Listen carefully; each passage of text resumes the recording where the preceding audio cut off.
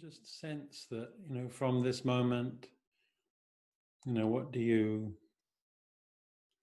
really know for sure about the future?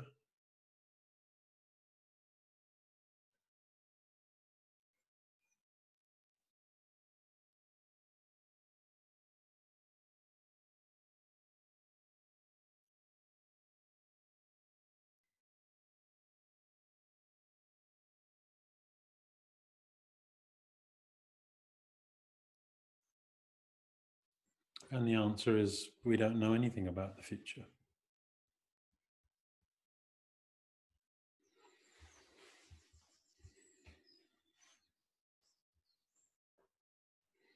So let the future come to you.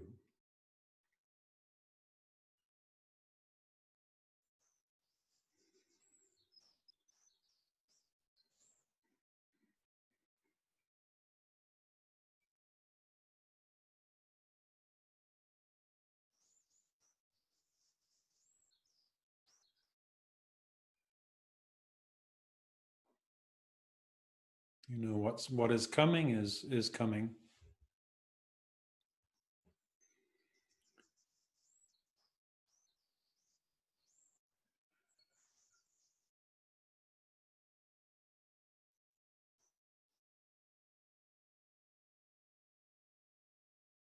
And the only thing really to decide is just how you meet it.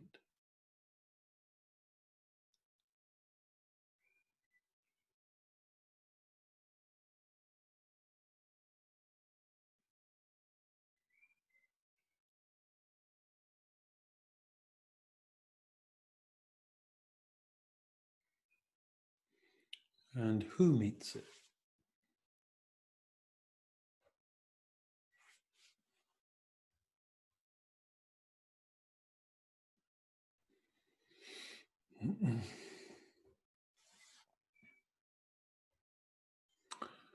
And that is such a scary thought. For people who, like to feel that they're in control in some way.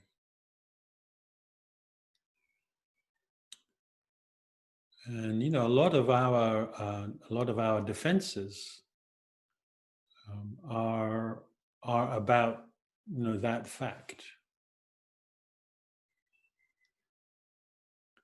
The calendars are all proving to us that we know what's coming. Our plans are there to prove to us that we know what's coming. Our hopes are there to, give us hope.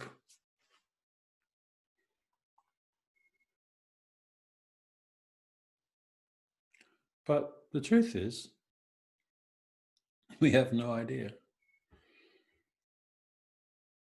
We can't even guarantee that, I cannot guarantee with absolute certainty that I will be alive at the end of this meditation, the end of this time with you. I would say there's a high probability, that I will be. But actually, in terms of what do I actually know, I don't know that.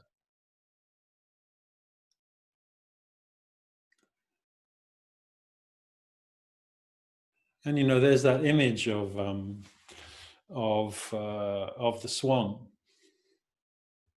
That there's the image of the swan above the water, looks still and regal and elegant. And then underneath there's the flippers going like crazy, which is also an image, I think, for most people. How are you? I'm fine, thanks. It's all good.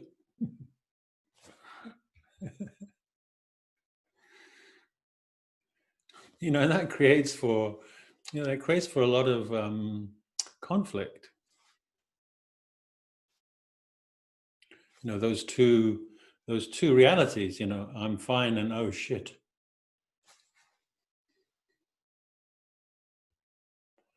And in the 70s, 80s, 90s, when I was kind of windsurfing, no, not 70s. Anyway, whenever it was that I was windsurfing, and Robbie Nash was the world champion at the time, and he was asked about did he ever get butterflies, and in his inimicable fashion he replied, yeah, of course I do, but I just make sure they're all sailing in the same direction. Which I thought was a really cool response. But it's also very true, and from the point of view of a martial artist, that's what you want. It's not about necessarily having this.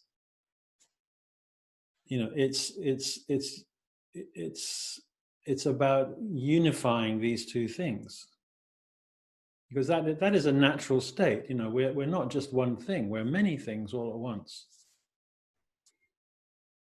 And it's about getting all of these different things to work together, rather than when they're separate, they work against each other. So this is destroying this. This, I'm okay, is obviously false when it's denying this.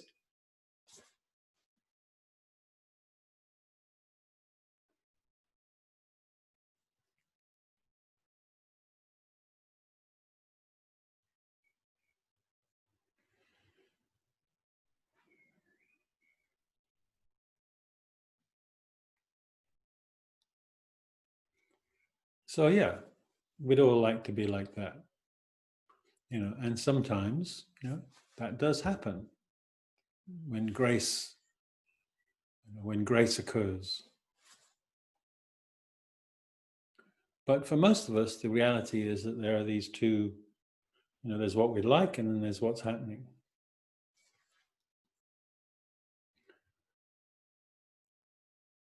There's the conflict that creates upset, that creates division. And there's the kind of, there's a sort of pink fluffy spirituality which says that everything's going to be fine. And, no, that's not very deep. Even if you can maintain it, it's not very deep.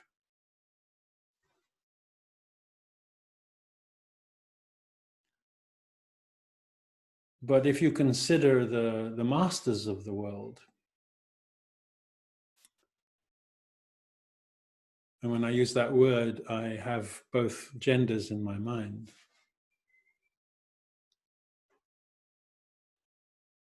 The masters, or the people that we turn to, aren't masters because they've learned to distance themselves from this.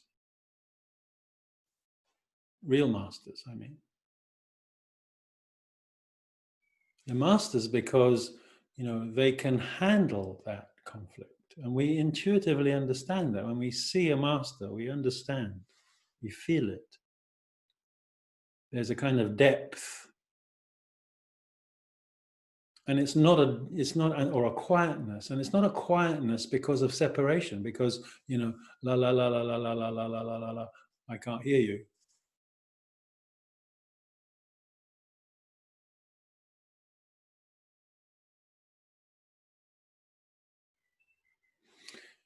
All of their butterflies are sailing in the same direction. In a way, a master has given up trying not to have butterflies.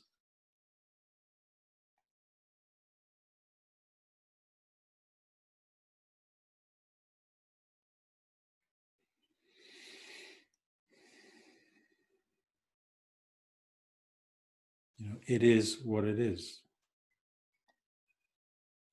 The only choice is, not whether I can stop what's coming. It's about who meets it, and how I meet it.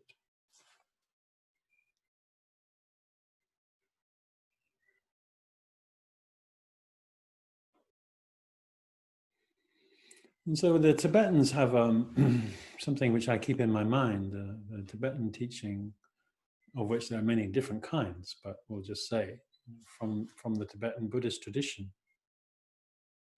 I learned that from their point of view, that the mind rides on the winds of the body.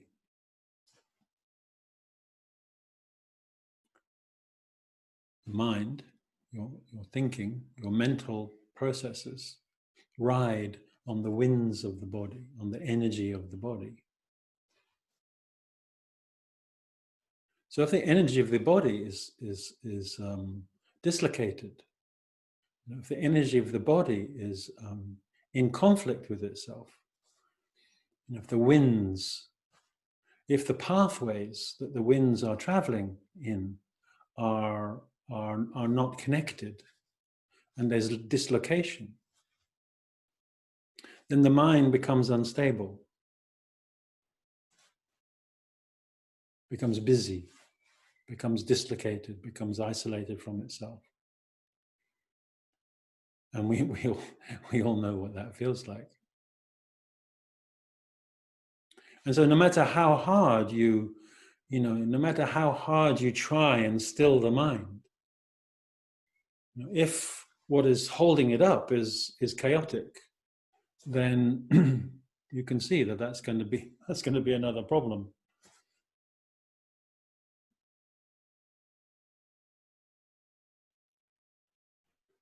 Another version of the same problem.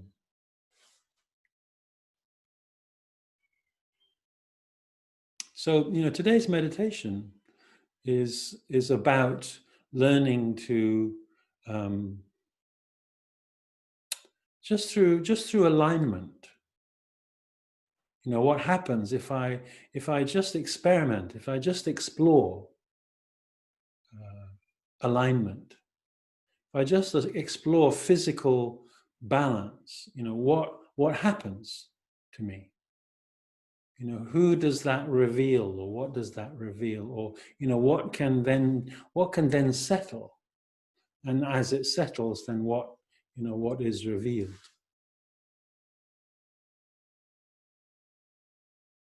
And I've talked before many times about the kind of image that I gave myself one time was when I was who knows, I can't remember what I was doing, but I was exploring how to be.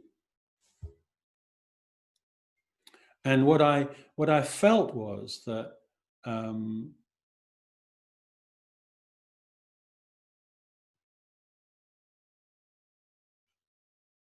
my basic dynamic, whether it's emotional or psychological or physical in terms of posture, energetic, my kind of basic vibe was, is this okay for you? And as long as you said yes, I felt all right. So in other words, my validation was entirely about everybody else. The only way I could get any kind of understanding about who I am, or my quality, or usefulness or existence, was through others.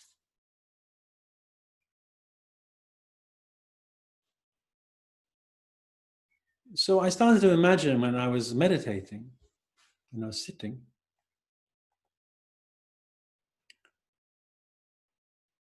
how could I, if someone was to look at me in this meditation,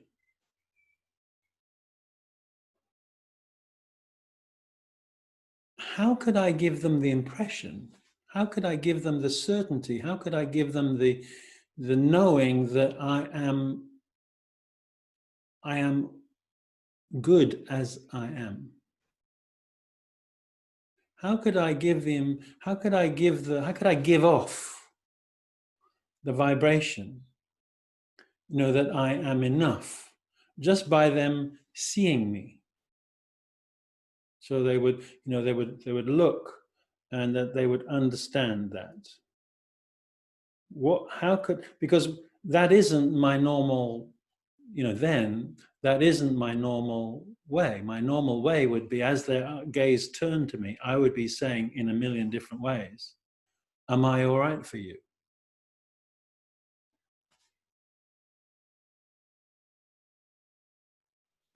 And because at the time I was, deeply into this understanding that the body mirrors the mind mirrors the body, I always started to explore. So, because we all know that feeling is. We kind of, we can't necessarily grasp it, but we know that feeling of um, arrival. When you arrive in yourself finally, or when you are those moments when you discover yourself, when you feel yourself, you feel your worth. We've all had that at some point or other. So we kind of know what the feeling is. And so, how can I, when there's this other global feeling of I am not enough, or, show me what you want from me. So I just started, exploring with this alignment. And so, and I also had at the same time, this teaching that had come years before about that the mind rides on the winds of the body. So, in other words, if my posture is of the belief that I am not enough, then the mind is going to ride those winds. And if I start to explore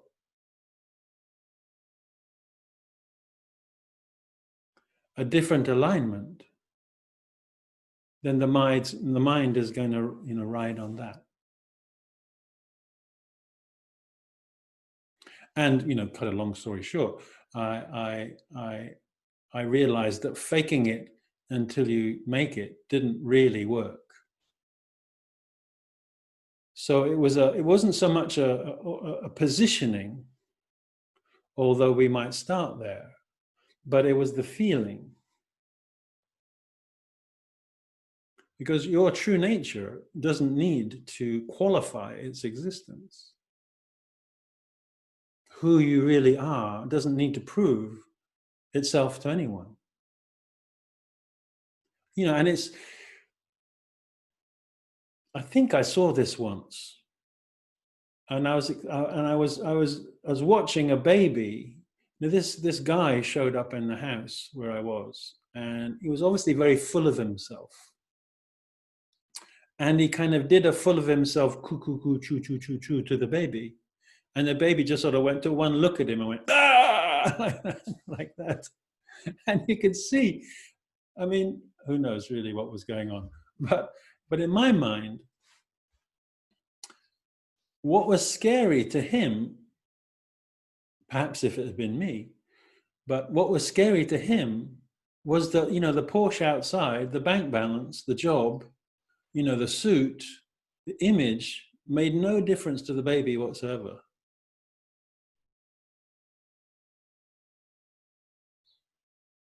The baby was seeing clearly. And that's, I think, why all of us, when a baby smiles at us, it's deeply touching.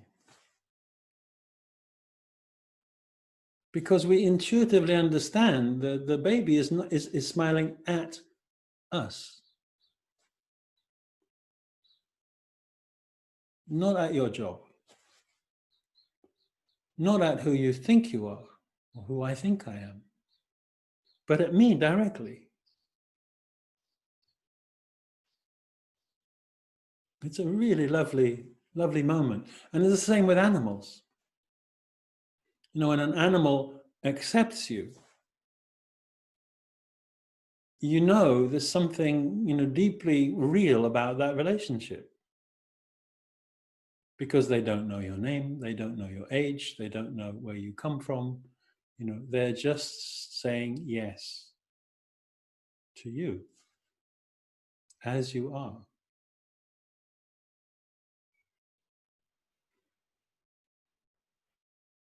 So this aligning isn't another version. of the Porsche, because that's going nowhere. But it's about an alignment that mirrors, true nature, you could say. And so that the understanding, is that when you see someone, and whether they're native people or whether it's a baby, when you see someone or someone who has done a lot of work and refound themselves, when you see how they are, you see an alignment. They are in alignment with themselves, with how they are. They are lined up. All of their butterflies are flowing in the same direction. And then, you look at the kind of fake version of that. So you can see somebody who's pretending to do that. And they have an alignment too. But it's a different kind of alignment. It's a pose. It's kind of yes, but no. Deeply no. You can't quite argue with it because you can see it, but it's a no. And that's a really interesting one to see. And then there's basically where everybody else is, which is kind of distortion. So from that point of natural alignment, of natural beingness, that, let's say, very young human beings, babies and so forth, before they get disappointed, before they become self-aware, before they get broken, if you look, you can see it. There's a natural alignment. They are in tune with themselves. And we've all been there. All of us have been there, without exception. And then there is that first no. There is that disappointment. There is that breaking. The breaking of the trust. And so, the body starts to mirror, the posture mirrors that break. And so this is a meditation which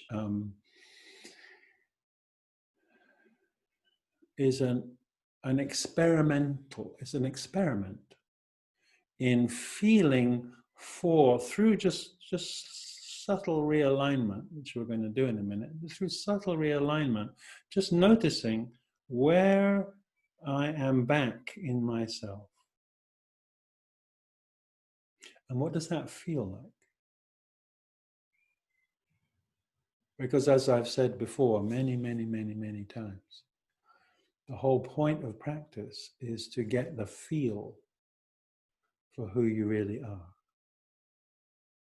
Because once you get the feel for that, you can always turn back to it.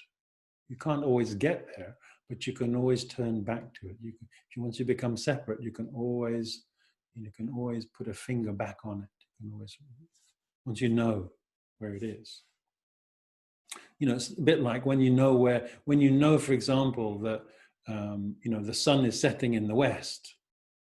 If you don't have any idea where you are, you can just stop for a moment. It's coming close to dusk, and so you can just orientate yourself to where the light is, and then that's north, and then that's south, and that's east, and there you are. But if you don't know that fact, where's north? I have no idea. So it's a bit like that. And so when I am once more, united with myself, through kind of threading,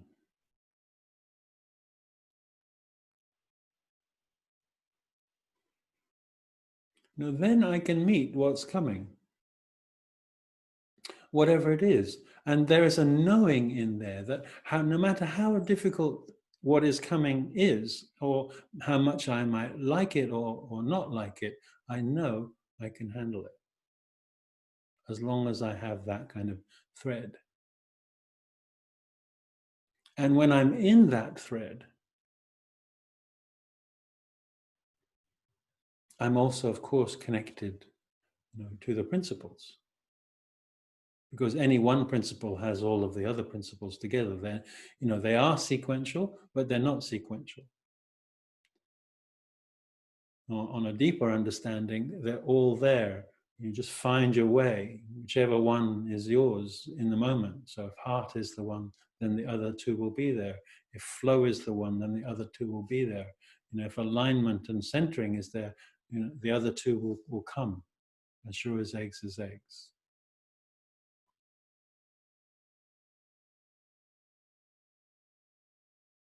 And then, you see, then the calendar becomes like a kind of framework. It's not, the calendar doesn't become, it doesn't become something that I'm grasping on to avoid the issue.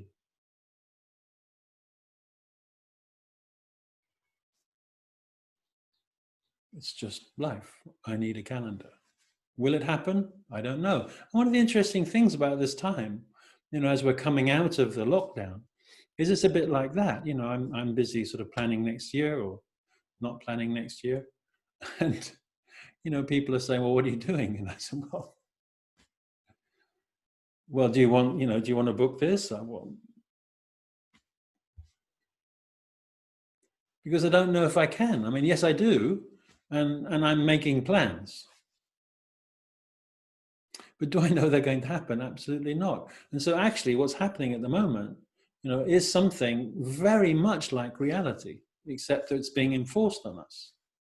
The illusion that we can make the date and that the date's going to happen, is being pulled away. And the reality of the situation is that, I can't remember, it's that saying that, I don't know, a fool makes plans and God laughs or something, the gods laugh. Or, it's that understanding. And yet, we do live with this double reality. It's one of the gifts and the curses of being a human being, is we have this double reality. I need to plan, and yet at the same time. So how do you handle that? Center the winds of the mind.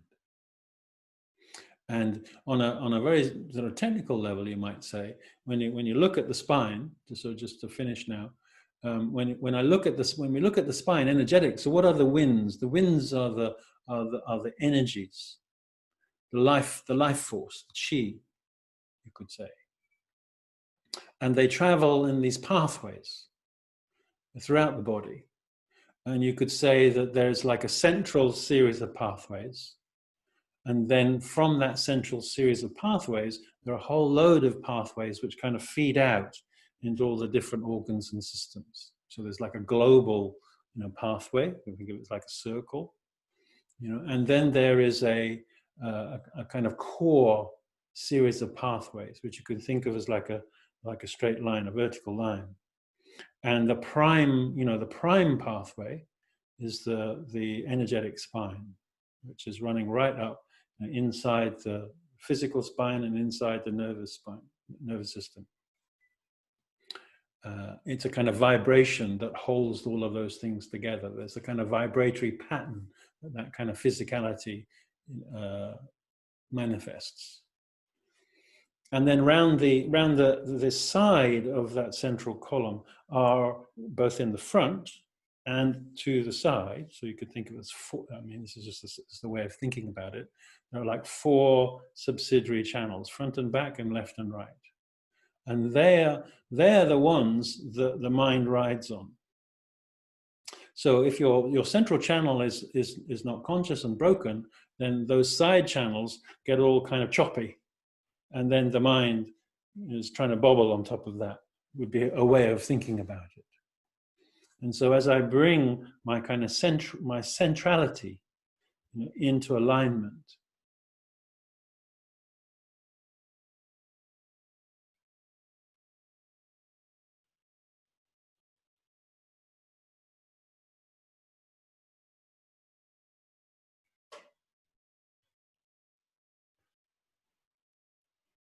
There's just a kind of calming down.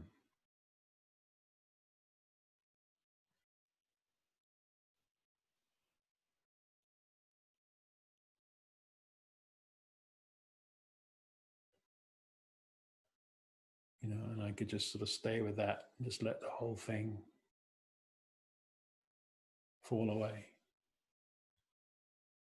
So that's what we're going to, explore. I don't know if you could feel that or see that, but that was what was going on. I was just sort of coming into that central alignment and then just resting there and then just watching, what happens. And what happens is that all those subsidiary places around the outside just start centering and calming down. Clearing, you might say. Calming down is like clearing. So that the energy is still flowing, obviously, otherwise I'd be dead. But it's kind of clear, it's transparent. It's not got lots of bits in it. Something like that. Okay, so that's what we're doing today. I only meant to talk about 5 minutes, but there we go. Sorry about that.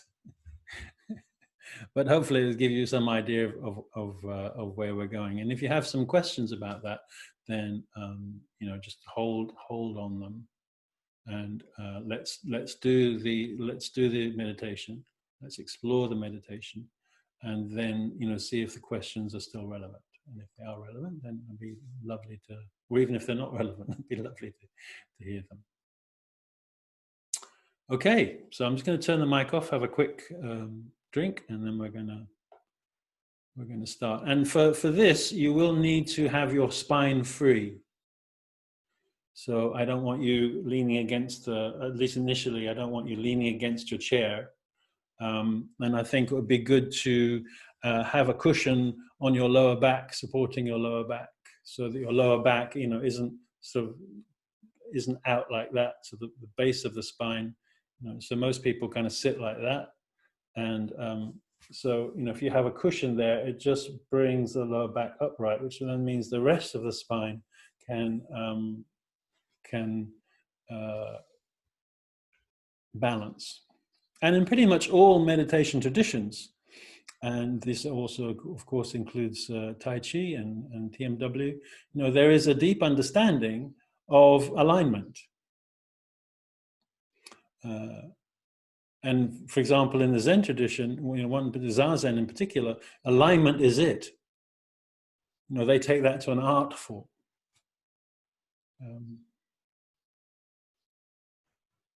So this is going to be our gentle way of looking at that.